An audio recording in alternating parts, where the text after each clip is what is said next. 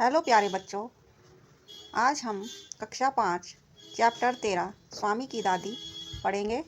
तो चलो शुरू करते हैं।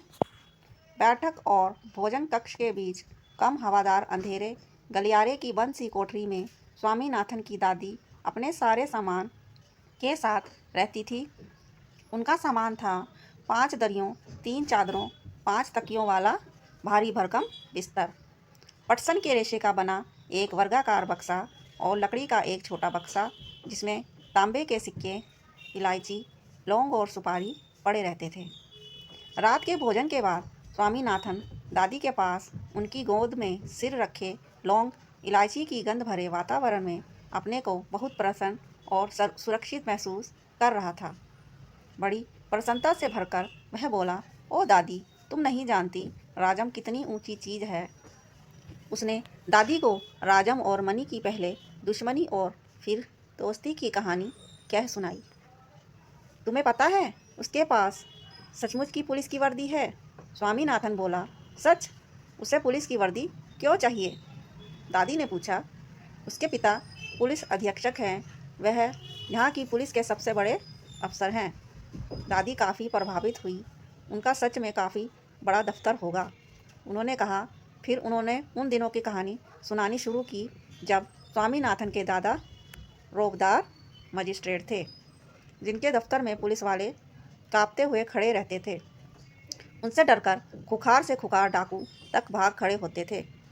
स्वामीनाथन अधीर होकर उनकी कहानी खत्म होने का इंतजार करने लगा, लेकिन दादी बोलती ही गई, इधर उधर भटकती हुई और अलग अलग समय पर घटी घटनाओं को गड़बड़ करती हुई।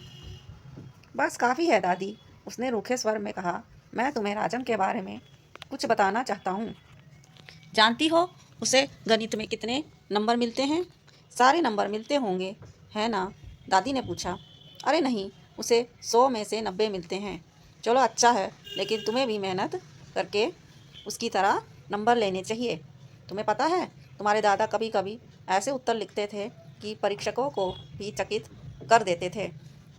किसी सवाल का जवाब देने में वे दूसरे के मुकाबले 10वां हिस्सा वक्त लेते थे और फिर उनके जवाब इतने शानदार होते थे कि कभी कभी उनके अध्यापक उन्हें 200 नंबर तक दे देते थे। जब उन्होंने एमए किया तो उन्हें इतना बड़ा मेडल मिला था। मैं कई सालों तक उसे गले में पहनती रही। पता नहीं मैंने कब उसे उतारा। हाँ, जब तुम्हारी बुआ पैदा हुई। नहीं, तुम्हारी बुआ नहीं, तुम्हारे पिता। याद आया, तब बच्चा उस दिन का था। अरे नहीं, मैंने पहले ठीक कहा था, तुम्हारी बुआ ही पैदा हुई थी। पता है वह मेडल अब कहाँ है?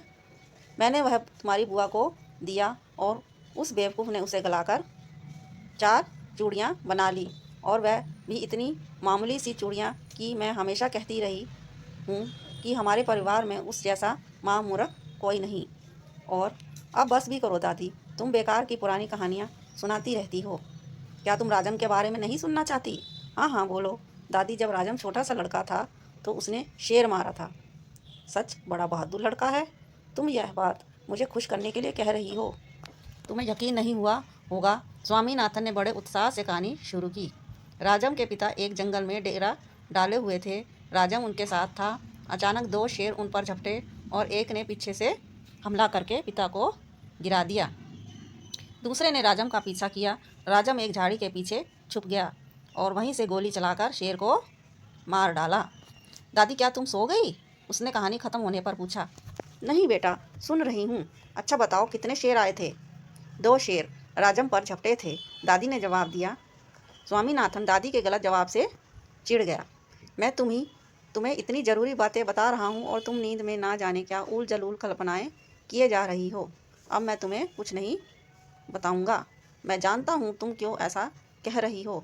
तुम राजम को पसंद नहीं करती। नहीं नहीं, वह तो बहुत प्यारा लड़का है, दादी ने बड़े विश्वास से कहा। उन्होंने राजम को देखा तक नहीं था। स्वामीनाथन खुश हो गया। दूसरे ही क्षण उसके मन में एक नया संदेह पैदा हुआ। दादी, शायद तुम्हें शेर की कहानी पर विश्वास नहीं हो रहा है। मैं एक एक शब्द पर विश्वास करती हूँ, दादी ने स्वर में मिठास भरकर कहा। स्वामीनाथन को इससे खुशी हुई, लेकिन उसने चेतावनी के तौर पर जोड़ा, जो भी उसे झूठ कहेगा वह उसे गोली मार देगा। दादी ने इसका समर्थन किया और हरिश्चंद्र की कहानी सुनाने की बात कही, जिससे वचन का पालन करने के लिए सिंहासन, पत्नी और बच्चों को खो दिया और अंत में उसे सब कुछ वापस मिल गया। उसने कहानी आदि ही सुनाई थी कि स्वामीनाथन खराटे लेने लगा। दादी भी रुक रुक कर बोलने लगी, फिर वह भी सो गई।